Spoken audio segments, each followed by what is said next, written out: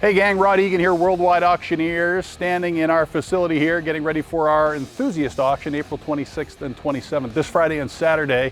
One of the great cars that's going to be offered for sale is arguably one of the greatest cars built in the 80s. Fantastic car, 86 Tomaso Pantera. Obviously you can tell it's a pretty special car, but I'll tell you why it's special. The first three of these delivered to Carroll Shelby. This is the first one. This is car number one that went to Shelby. It is the Shelby test car. He used this as a test vehicle.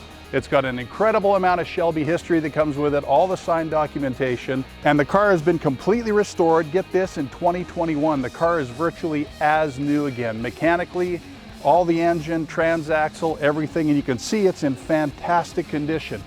Analog supercar, one of the great cars of the 80s, special provenance, great history. Worldwide Auctioneers, Friday, Saturday at the Enthusiast auction. Come see it, come get this car, it's awesome.